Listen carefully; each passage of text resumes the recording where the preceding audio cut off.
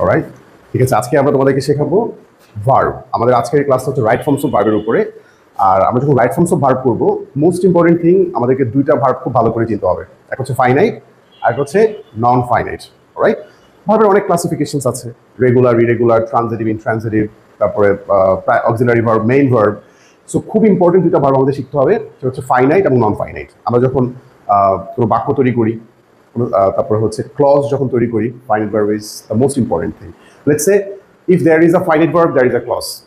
একটা finite verb থাকলে হচ্ছে একটা clause. Alright, so finite verb এবং নন ফাইনাইট ভার্ব সেটা খুবই ইম্পর্টেন্ট। আর তোমরা যারা হচ্ছে রাইট ফর্মস অফ ভার্ব করবে, এটা এসএসসি, এইচএসসি, তারপরে হচ্ছে ইউনিভার্সিটি অ্যাডমিশন টেস্ট, বিসিএস, বিভিন্ন ধরনের জব এক্সাম, সব জায়গায় কিন্তু এটা আসবেই।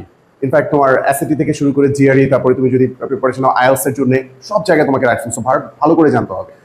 সো এই ক্লাসেসগুলো তোমাদেরকে আমি এর আগে করিয়েছি, আজকে আবার তোমাদেরকে করাচ্ছি, যেন খুব ভালোভাবে তুমি বিষয়টা বুঝে ফেলতে পারো যে